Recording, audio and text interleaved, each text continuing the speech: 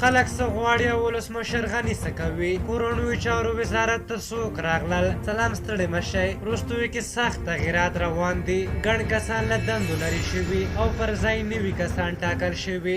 د لغمان والي رحمت الله یارمل له دندې لرې شوی او پر ځای عبدالولي واحد ځای ټاکل شوی. د هرات والي عبدالواحد کتالې له دندې لرې شوی او پر ځای د کورنیو چارو وزارت ستر امنیتي معین عبدالصبور قانع له ستر امنیتي معینیته لرې شوی او د هرات والي ټاکل شوی. د دفاع د وزیر اسدالله خالد د استعفا یا له دندې د لرې کېدو خبرونه هم ورکړل شوي. دغه راز د ځینو نورو ولایتونو والیان هم له دندو لرې شوي او په ځای نوي کسان ګمارل شوي. په وزارتونو کې هم ګڼ معینان او نور کسان تبدیل شوي. په یوه بله ګمارنه چې اوس ډیر بحث پرې کېږي هغه د بسم الله محمدي راتګ دی. د دفاع پخوانی وزیر بسم الله محمدي د کورنیو چارو سرپرست وزیر ټاکل شوی. د مسعود اندرابي له برطرفه کېدو وروسته له تېرو څو میاشتو راهیسې حیات الله حیات د کورنیو چارو سرپرست وزیر و.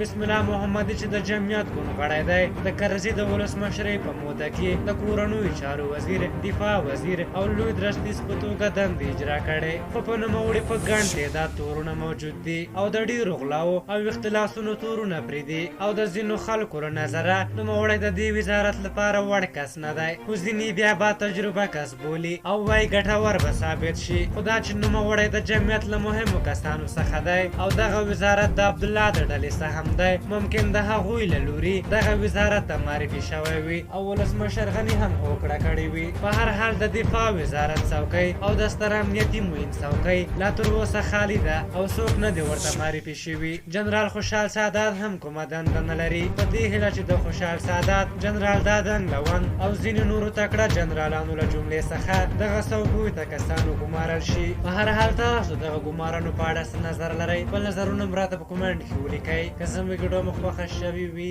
ضروري لایک کړئ. بیا ستاسو شپږ تر اعظم په لویو بخښونکي خدای مو سپارم. د الله په امان.